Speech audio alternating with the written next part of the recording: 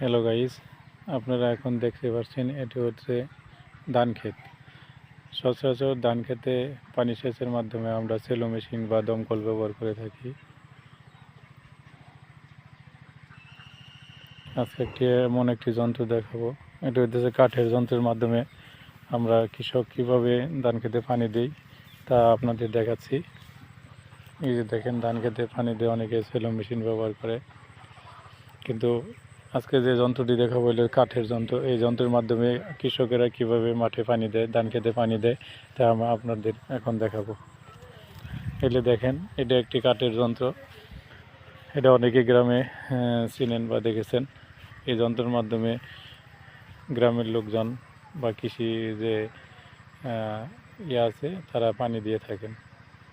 এই দেখেন, এই কৃষি যন্ত্রের মাধ্যমে এই জায়গাতে